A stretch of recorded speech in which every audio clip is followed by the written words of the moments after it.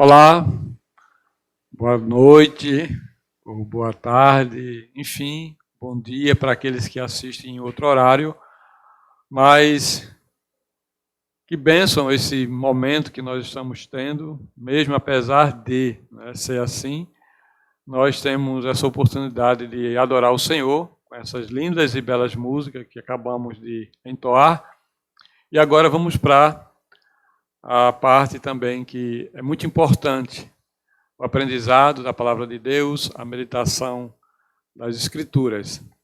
E eu queria que vocês abrissem, por favor, as suas Bíblias em 1 Coríntios, no capítulo 7. Aproveitar para lembrar que nós somos da Igreja Batista Regular, aqui em Maceió, no bairro da Cidade Universitária. E aí nós temos as redes sociais, Instagram, a igreja tem, como Facebook, e qualquer coisa, você precisando fazer algum contato, para nós é um prazer tê-lo conosco. E a gente agradece a vocês que estão acompanhando, sejam os irmãos, é claro, os nossos amigos, pessoas distantes. Para nós sempre é muito bom saber que você tem compartilhado conosco desses momentos, tá bom? Então, como eu disse, vamos abrir a nossa Bíblia para a carta de Paulo aos Coríntios, no capítulo 7. E assim nós vamos dar prosseguimento ao estudo que nós iniciamos há já 2 semanas. E a semana passada falamos sobre divórcio, né? O propósito de Deus para o casamento e, claro, contrário ao divórcio. Então, hoje o tema seria dando respostas às dúvidas sobre o divórcio. Ok?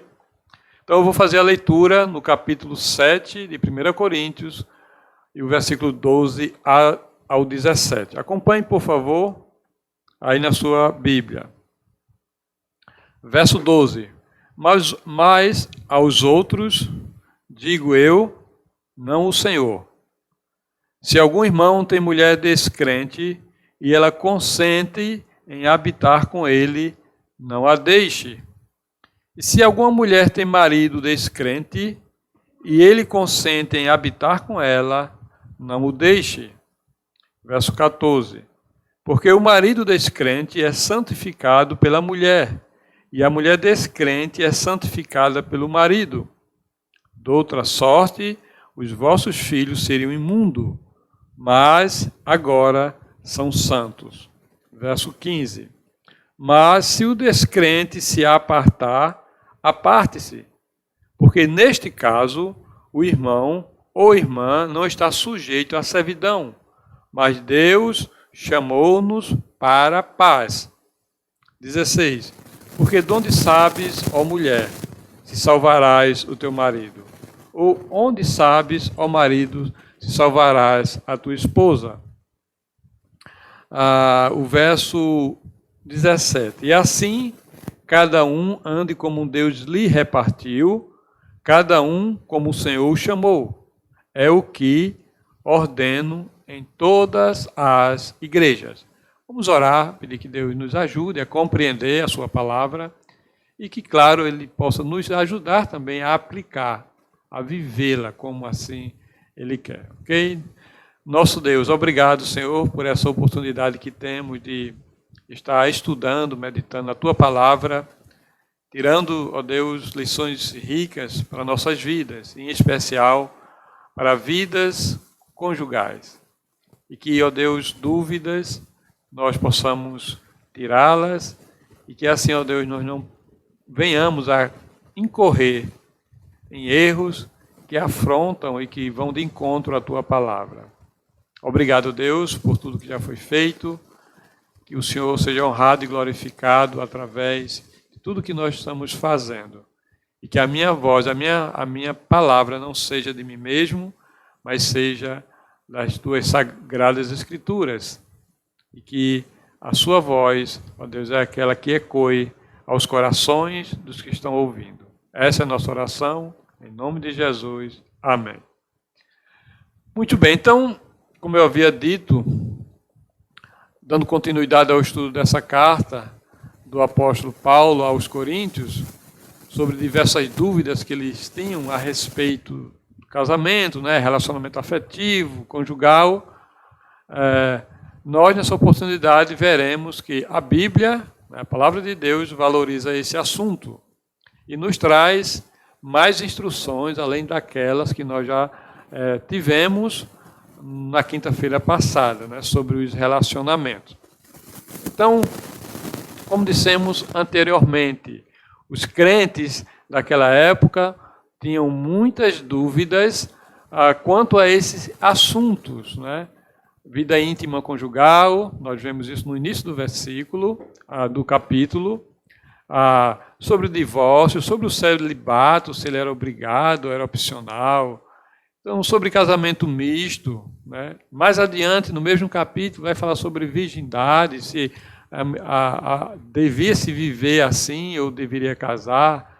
E, finalmente, o capítulo vai falar sobre viuvez, como se deve ter também as viúvas e os viúvos, comportamento bíblico, tá bom?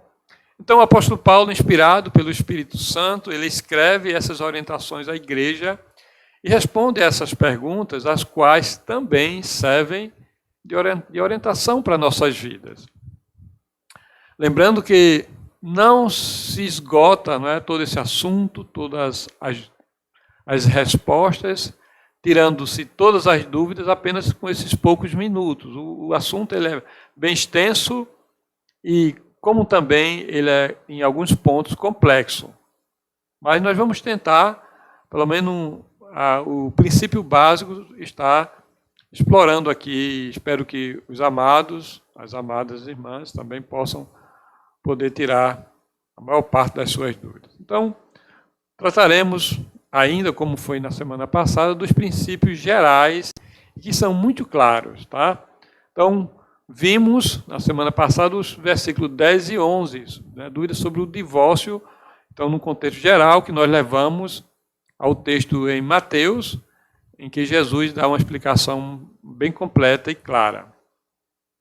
E concluímos, né, que a palavra de Deus nos traz realmente essas instruções claras sobre o casamento, né, como sendo uma união indissolúvel. Vimos que o divórcio não foi e não é aprovado por Deus. Deus, quando criou o casamento, ele não criou algo imperfeito, ele criou algo perfeito. Ele não fez um plano B, um plano de escape para qualquer motivo a se deixar o relacionamento. Ele fez tudo perfeito. Entrou o pecado no mundo e a partir daí as coisas então desandaram, né? Foram desfeitas assim como o Senhor planejou. Então Deus não instituiu nada de divórcio para aqueles que casam. Então, em todo o contexto desse capítulo 7, eu já fiz aí o resumo de como ele vai se desenvolver, mas agora o assunto gira em torno de casamento, né, de relacionamento afetivo entre uma mulher, cujo casamento ele é misto. Tá? Esse é o contexto. E que mesmo sendo um casamento misto, ou seja, o que quer dizer um casamento misto? Um casamento onde há uma mulher que é crente e um homem que não é crente, ou vice-versa. Mas eles estão casados. Então, isso é um casamento misto, onde a Bíblia é quem cita essa palavra. Ok? Então, mesmo assim, sendo misto, ele não deve haver separação. Okay?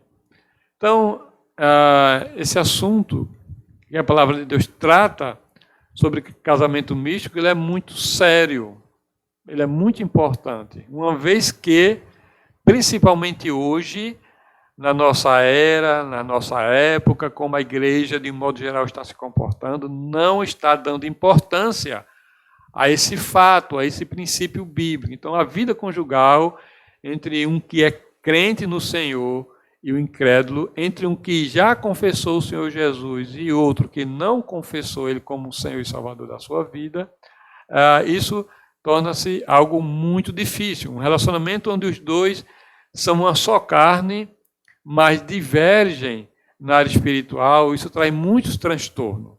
Não é recomendado e, claro, não é aceito por Deus. Quando, claro, isso está se iniciando do zero, e vão até casar.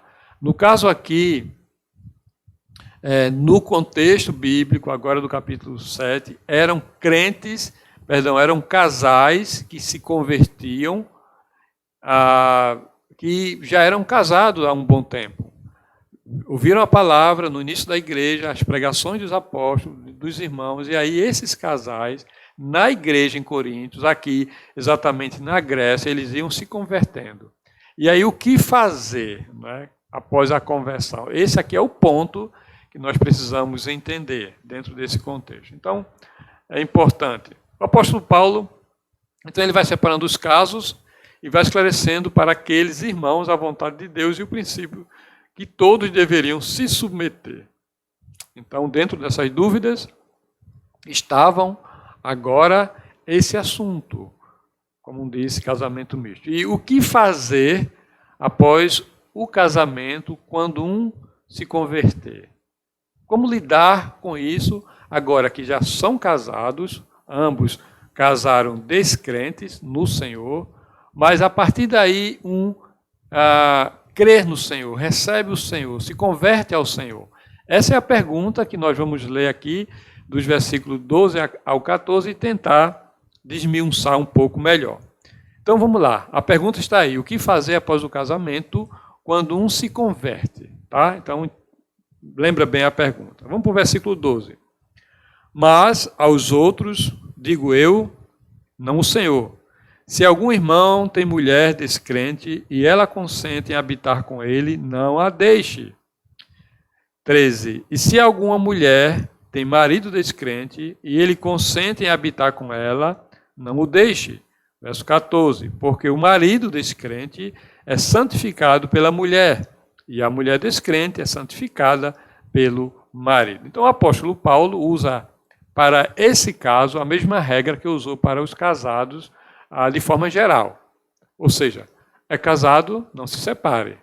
Então, no versículo 11, acho que 10 e 11, a gente viu a semana passada, e a regra geral, o princípio básico é não se separe. E aqui também ele, a princípio, vai estar trazendo essa mesma regra, usando o princípio bíblico de Gênesis 2:24. Né? Então, pelo que se unirá o homem à sua mulher, né? Pelo que se deixará o homem, o seu pai, a sua mãe, e unir-se à sua mulher, e serão os dois uma só carne. Então, Gênesis 2:24.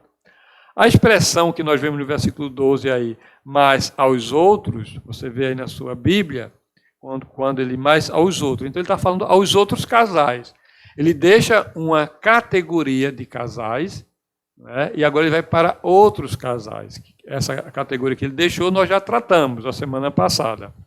Então, ele mais aos outros. Então, ele se refere aos outros casais em que um não era convertido e não era crente no Senhor, enquanto que o outro era. Então, ele vai dizendo agora, digo, no versículo 12, digo eu, não o Senhor. Essa expressão também, no versículo 12, ele está expondo uma situação nova, em que não for esclarecida, em que não fora tratada pelo próprio Senhor Jesus.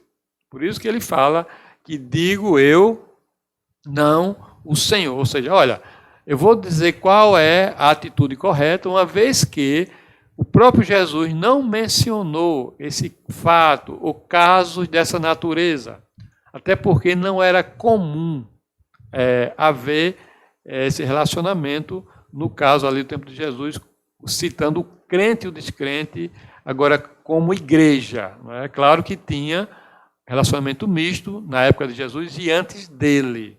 E também era recriminado, era algo que reprovado pelo próprio Deus. Mas aqui, então, ele vai dizer isso. Né? Aqui nessa igreja de Corinto havia uma situação nova, não é? Uma vez que a grande maioria dos crentes dali, daquela sociedade, que chegava à igreja, tinha que se convertido vindo do mundo, né? Daquele mundo de promiscuidade, o qual nós já falamos acerca de como era essa cidade. Então, Paulo não está tendo controvérsia com Jesus, né? Mas trazendo luz e esclarecimento para caso de uma situação nova. Ou seja, a igreja iniciando, ali não tinha as cartas de Paulo como nós temos hoje, ali não tinha as cartas de João como nós temos hoje.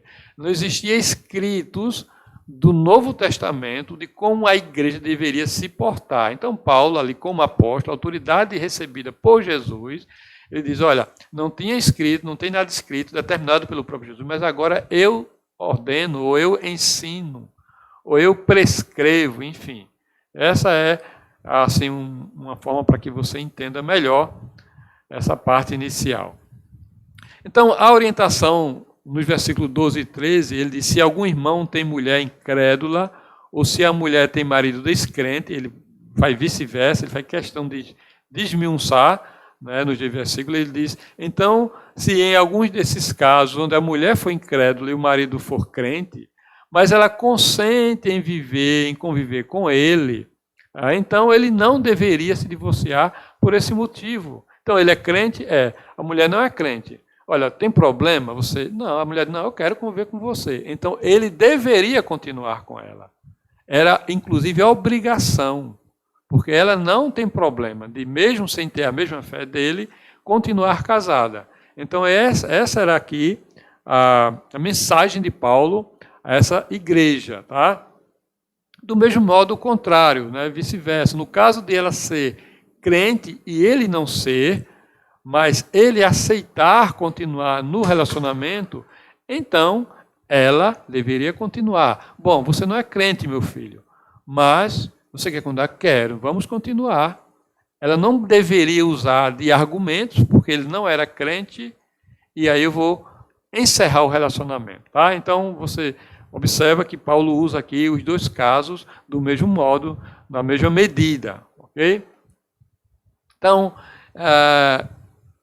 ou seja, ele não se deveriam usar desse motivo, né, um dos dois cônjuges, para então haver a separação. Tá? E se isso acontecia, é claro, naquela igreja de Corinto, é porque não era fácil o convívio. Então, estava havendo gente se separando, e Paulo vai esclarecer para que, opa, não deve ser assim. Então, não deve haver separação por esse motivo. Vocês dois não se respeitam, vocês dois não se entendem, né?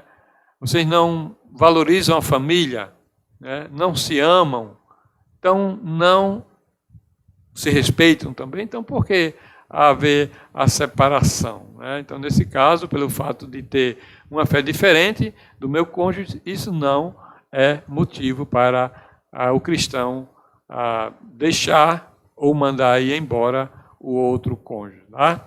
Então, ainda nesse caso, nesse contexto, surge mais uma dúvida aqui.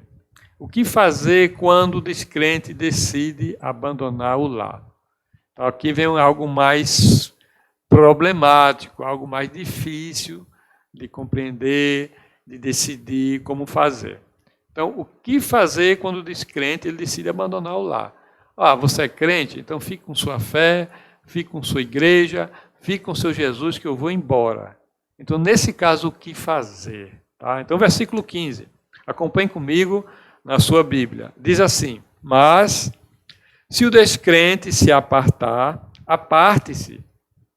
Ou seja, aparte-se, permita-se, né, que se aparte, porque neste caso, o irmão ou a irmã não está sujeito à servidão, mas Deus chamou-nos para a paz. Então, esse versículo traz um grande embate sobre o divórcio e o segundo casamento. Aqui é onde está o cerne das questões, sobre se, mas permite, não permite. Então, vamos tentar melhorar a sua compreensão sobre esse assunto também nesse caso aqui. Então, nas entrelinhas do versículo, está claro que o divórcio aqui já é uma realidade. Está claro, você vê que ele diz assim, mas se o descrente se apartar, aparte-se, ou seja, permita que isso aconteça, deixe-o ir. Então, em outras palavras, aqui tem o divórcio, tá claro. Ok? Até aí está tudo bem.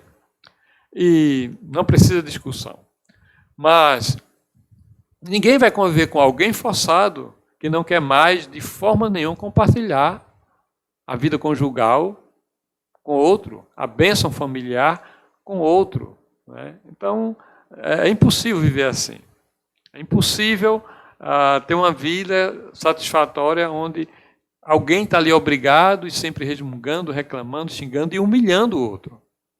Então, a saída, nesse caso, o apóstolo Paulo diz, se aquele que é incrédulo quiser ir embora, deixa ele ir.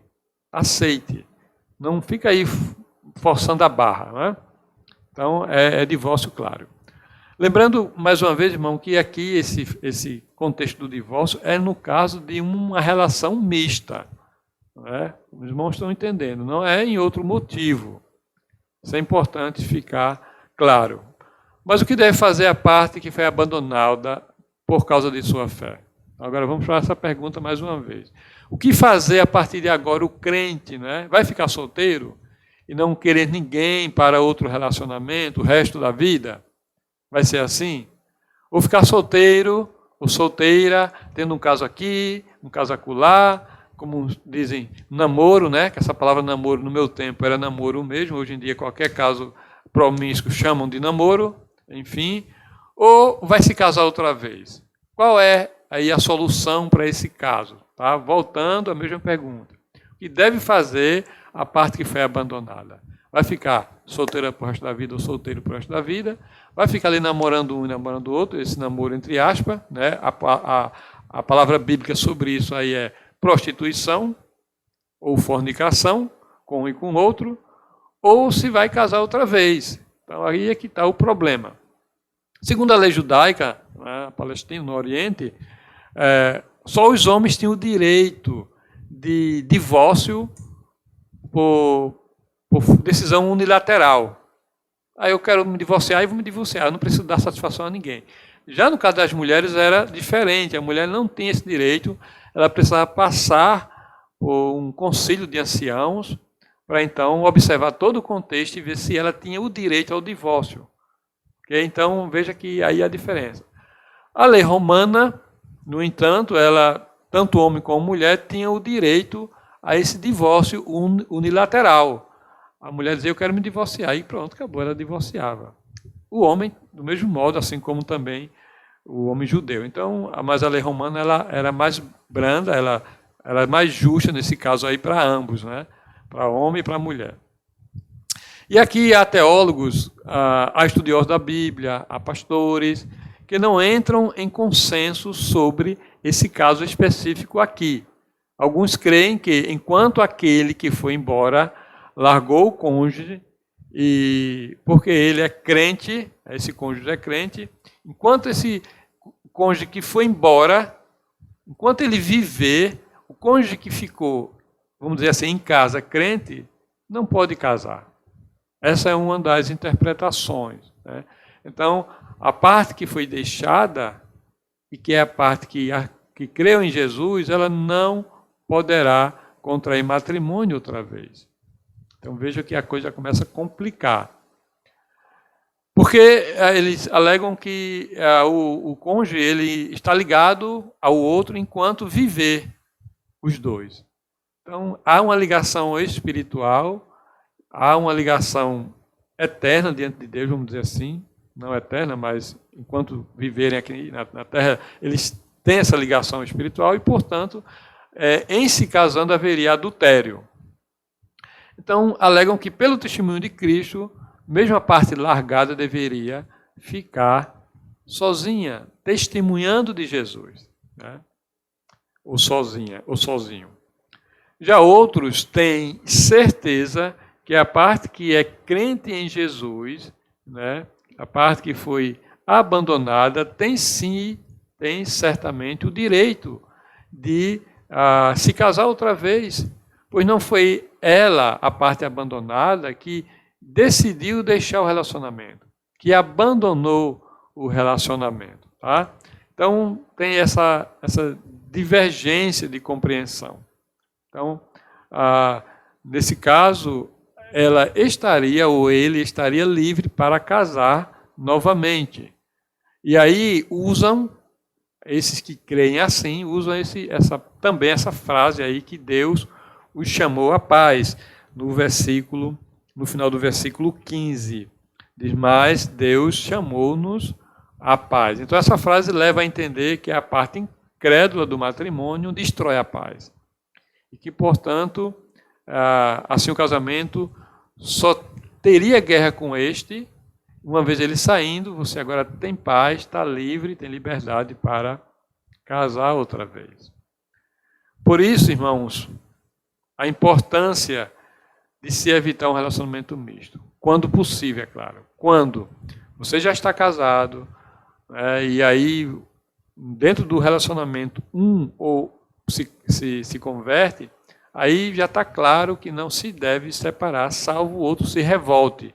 Porque eu conheço casos assim, em que alguém aceita a fé evangélica, a fé cristã evangélica, porque tem outras fé cristãs que não são evangélicas. Quando falo evangélica é da Bíblia, né, tirado somente daqui, como aquele velha frase que é assim, não é assim diz o pastor, mas é assim diz o Senhor. Então não é assim diz os homens, mas assim diz a palavra de Deus. Então tem casos em que o homem se revolta quando a mulher se converte. Ele ou é expulso de casa ou ele sai de casa. Eu conheci casos assim. E é o contrário também. Mulher se revoltar porque o marido se converteu. Não é comum, ou tanto quanto comum, ao inverso. Mas já aconteceu e acontece. Então, nesse caso, não tem como evitar, porque os dois já eram casados, essa crise. Mas se você está buscando relacionar com alguém, desenvolver um futuro casamento, você tem que pensar nessas consequências. São consequências desastrosas, são tristes. Tá?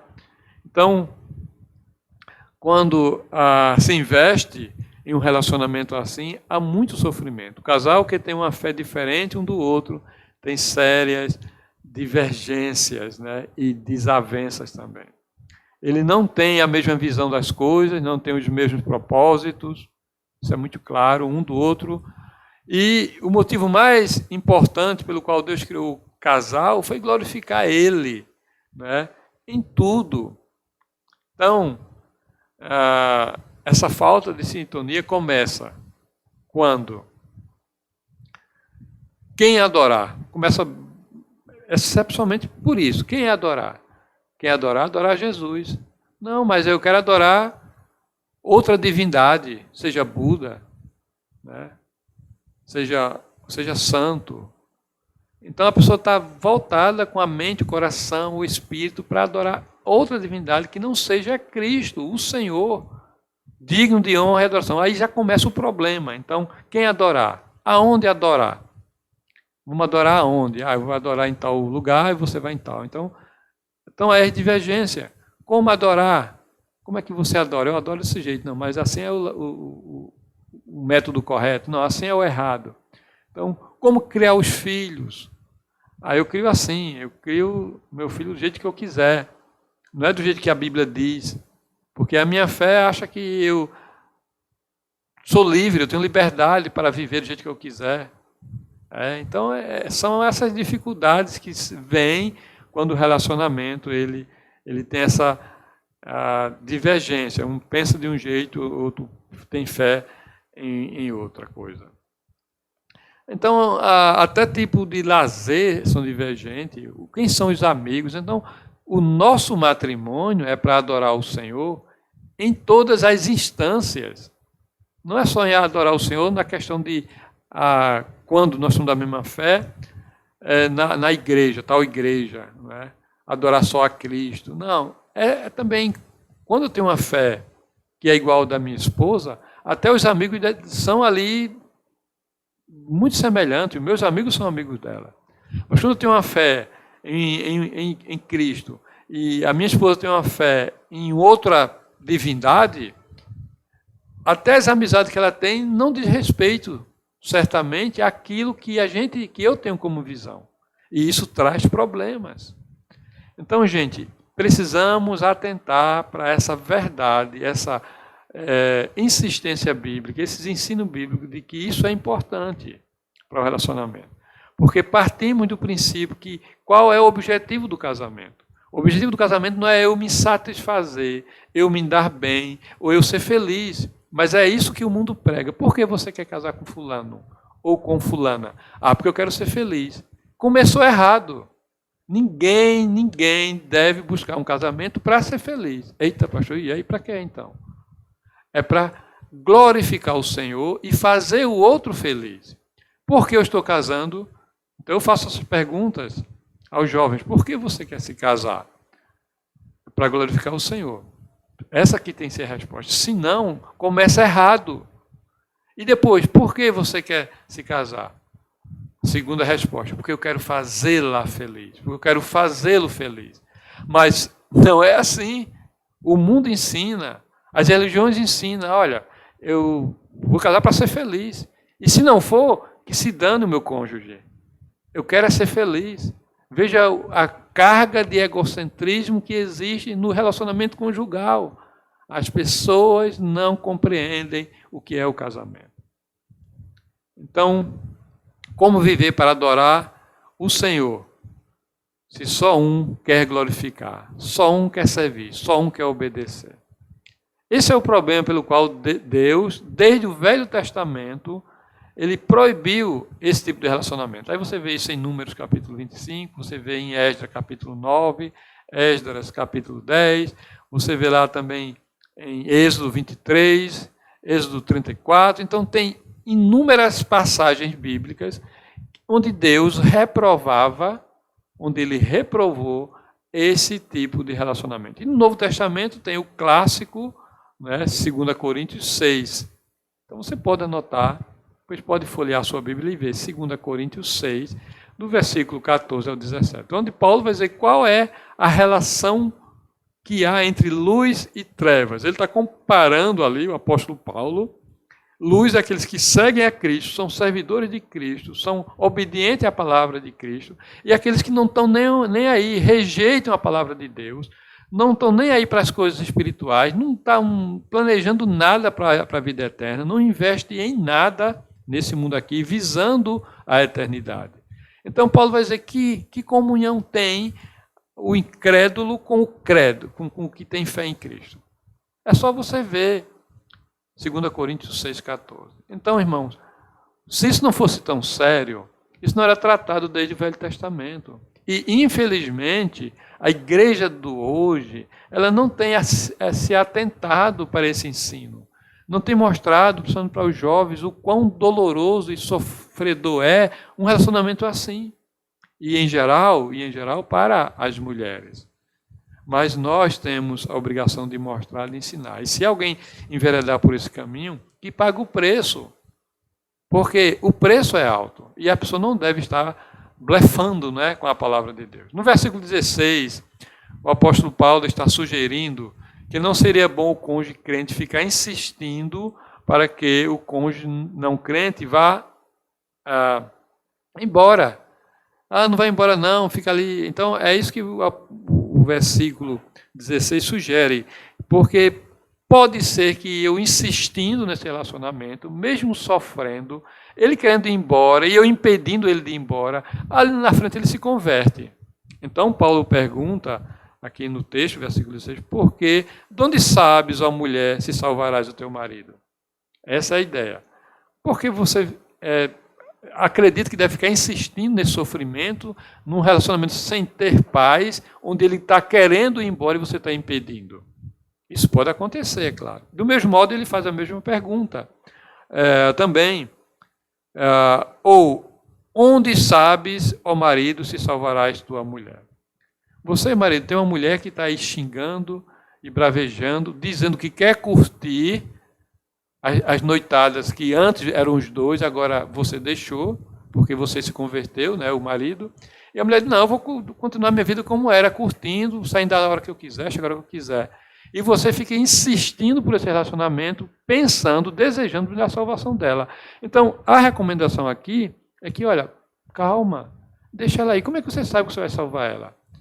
Se ela tiver que ser salva, ela vai ser salva. O Senhor vai salvá-la em outro momento. Mas você não deve estar se submetendo a essa carga de conflitos por conta de você imaginar. Agora, eu volto a dizer, quando a pessoa quer, consente, e diz, não vou embora, é diferente. Mas então aqui Paulo está chamando a atenção para essa realidade também que existe e pode existir. Bom? Então é triste quando nesse relacionamento misto há essas posições distintas de querer um fazer de um jeito, outro fazer de outro. Então, irmãos, o versículo 17 diz, assim cada um ande como Deus lhe repartiu, cada um como o Senhor chamou. É o que ordeno em todas as igrejas de Deus. Então, o que ele está falando no versículo 17? E assim, cada um fique, ou ande, viva como Deus lhe repartiu, como Deus lhe deu, como Deus quer que você esteja. Ou seja, se você está em um lar crente e se dão bem, fiquem nesse lar crente, mesmo se o outro cônjuge não é crente. E se você tem um cônjuge não crente, mas ele está bem com você, fique. Né? Cada um, então, ande como Deus lhe repartiu, como o Senhor chamou. E ele diz, é essa a ordem que eu dou em todas as igrejas. Então, as igrejas precisam, e precisavam naquela época, atentar para essa verdade, porque isso era um contexto muito recorrente. Sempre ele estava ali acontecendo. Tanto é que o apóstolo Pedro, na sua primeira carta, no capítulo 3, verso 1, ele vai dizer que as mulheres elas poderiam ganhar os seus maridos pelas suas atitudes santas, a sua devoção ao cristianismo, que naquela época era algo novo. O cristianismo era algo que estava sendo construído. Então, os maridos não crentes, e principalmente aqueles judeus, eles tinham o direito de se separar pela lei judaica, não pela lei e determinação de Deus, mas a lei judaica que os homens desenvolveram, né? Os rabinos desenvolveram. Então, eles tinham esse direito. Mas Paulo diz, não, olha, a mulher deve ganhar o seu marido pelo seu procedimento santo, uma vida casta, de obediência às Escrituras. Então, esse deve ser o procedimento. Então, gente, é um assunto controverso, quando o assunto aqui, falando do casamento misto, mas ele não fica tão complicado, tão complexo, porque o princípio básico está claro. Agora, se é casal onde os dois são crentes e um decide abandonar e vai embora, se um lá agrediu, só viu humilhando, e agora a parte deixada, tem como casar, como vai ser? Então, não entra exatamente nesse contexto. É em outra parte. Mas que Deus possa nos ajudar a compreensão disso, principalmente quem vive um relacionamento misto e principalmente quem não vive, mas está solteiro ou solteira e que certamente pretende se casar. Conselho bíblico, conselho pastoral, cuidado. Avalie muito essa realidade, né, porque importa que se tenha paz no casamento. Então Deus, na perfeição da sua criação, Ele instituiu o casamento para que esse fosse a maior expressão de louvor e adoração perfeita de toda a criação. Eu já falei sobre isso. E é no casal que essa expressão é melhor definida, né? É melhor anunciada. Como nós, né? Nós que somos casados, estamos vivendo essa dádiva de Deus, né? Do matrimônio. Será que nos esforçando a viver para sempre glorificar o Senhor através da minha vida como esposo, a esposa através da vida dela como esposa, e aí o casal junto, tudo que eles fazem é para realmente honrar, glorificar o Senhor, com as nossas amizades, com os nossos lazeres, tudo que for de diversão, a nossa adoração é a mesma, para o mesmo Deus. Então, esse é o ponto. Tá? E você ainda que não casou, com quem está se relacionando? Com quem você está, né, às vezes, trocando os piscares de olhos, né? Com alguém que não conhece Jesus como um Senhor? Né? Apenas porque é um gato, porque é uma gata, né? Às vezes acontece muito disso. Mas saibam que gato e gata arranham pra caramba, viu? Arranham e deixam marcas, os arranhões dos gatos e das gatas. Então, é importante observar isso. Com alguém, será que não tem prazer nas coisas de Deus? A pessoa diz que é crente, estava ali afastado, mas é crente. Mas não tem prazer nenhum, não investe em nada, tempo, oração, leitura, em nada das coisas de Deus. Bom se pensar nisso também, né? Será que com quem não tem uma visão celestial, né, à luz da Bíblia, né, o que nós plantamos aqui vamos colher no céu? Então vamos deixar plantar aqui, porque além de plantar aqui, colhe no céu. A pessoa às vezes não tem visão das coisas eternas e a gente se enamora, né, com essa pessoa. Então, não é possível, não é bom você ter objetivos com alguém, né, para o futuro que não se relaciona espiritualmente na mesma fé que você. Precisamos refletir sobre esses princípios espirituais, valorizá-los, para que no futuro todos tenham uma vida de paz. Vejam que a expressão aqui, né, no contexto sempre é: Deus nos chamou para viver em paz, para ter paz. E se não há paz, em várias partes, dá para se sobreviver. Dá para ir se arrastando. Agora, não ter paz dentro do lar é o fim. E por que não muitos dizerem, infelizmente, a expressão forte, é o inferno, é triste. Então tenhamos esse cuidado, vamos pedir que Deus nos ajude a que nosso relacionamento conjugal dos que são casados sejam bênçãos para o Senhor, glorifique Ele e sirva de lição, de coisa positiva para os solteiros. Que eles possam dizer, eu também quero casar, porque vale a pena casar, porque é um mandamento de Deus e porque glorifica ao Senhor. Amém? Que Deus nos abençoe, que na próxima oportunidade nós vamos continuar nesse capítulo, tentando tirar outras dúvidas acerca deste, ok? Deus abençoe e nós vamos orar, agradecendo a Deus por esse momento. Nosso Deus, obrigado por Tua palavra, por ser tão esclarecedora, Deus, diante desse assunto que é complexo. O mundo moderno, Deus, tem replicado, ensinado e encorajado e até forçado as pessoas, os casais, a se separarem, a abdicarem da sua vida matrimonial por pequenas coisas. E nós, ó Deus, queremos glorificar o Senhor, porque o Senhor nos ensina como devemos viver. E glorificar o Senhor porque o Senhor nos dá força, ânimo, coragem, para que a gente possa renunciar a nós mesmos e valorizar o casamento e investir nele para a Tua honra e para a Tua glória. Nós oramos, Deus, pelos casais da nossa igreja, oramos por todos os casais que se esforçam e buscam uma vida que seja para Te honrar. E nós oramos, ó Deus, pelos jovens, os jovens da nossa igreja que estão namorando, os que não estão, os que estão em fase, ó Deus, de namoro, de busca, que possam lembrar desse princípio. Que o Senhor Deus possa preparar rapazes, preparar moças, para que possam ser afetivamente e espiritualmente pessoas que amem ao Senhor e amem também ao seu futuro cônjuge. Então, obrigado, Deus, por essa oportunidade. Abençoe todos os jovens, abençoe, Deus, todas as igrejas, todos os casais, enfim, todos que visam nesse assunto honrar o Senhor.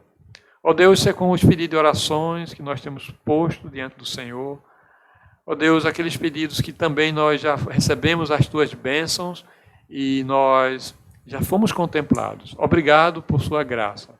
Obrigado por Sua misericórdia em estar nos respondendo, dando-nos bênçãos e assim contemplando nossas necessidades, a necessidade do Teu povo. Obrigado por tudo, Deus. Essa é a nossa oração, em nome de Jesus. Amém. Obrigado. Eita.